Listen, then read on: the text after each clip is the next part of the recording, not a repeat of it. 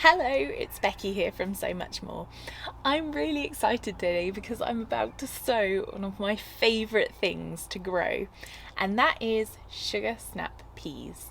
They are my go-to snack when I'm in the garden.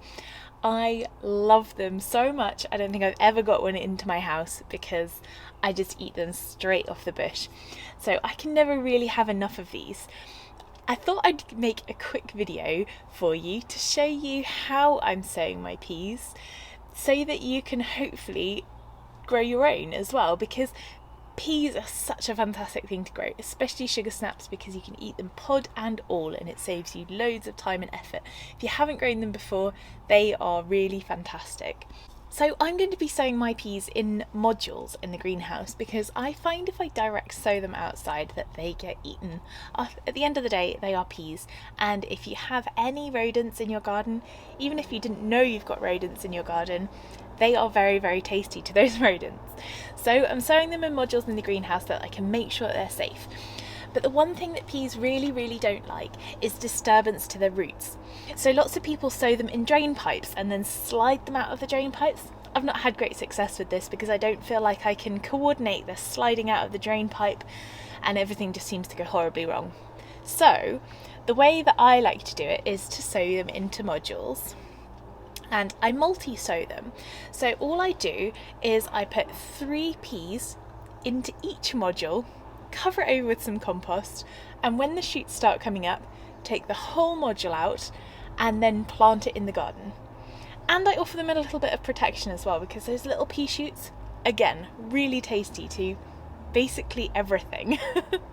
Now I'm going to be using a technique called multi-sowing, which is where you put several seeds into the same module, and then you can take the entire module and plant them out as a clump.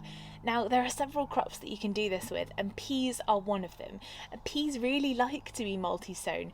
They seem to enjoy each other's company, and because they make really big bushy plants, they're really only grouped at the bottom, and then at the top they spread out beautifully and give you loads of crop.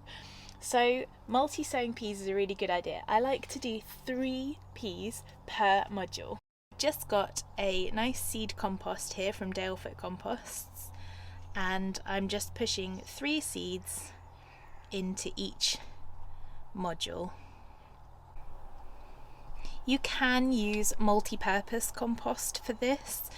It doesn't actually make that much difference. The thing that really makes a difference to the germination is how much water you add. So providing you give them plenty of water, they will be able to put those shoots up and those roots down, and the seed coat will be able to break down nicely and you'll have germination. So make sure they have enough water. So once I've got all my peas in, I'm just going to push them down and then cover them over with compost. And of course, don't forget to label them.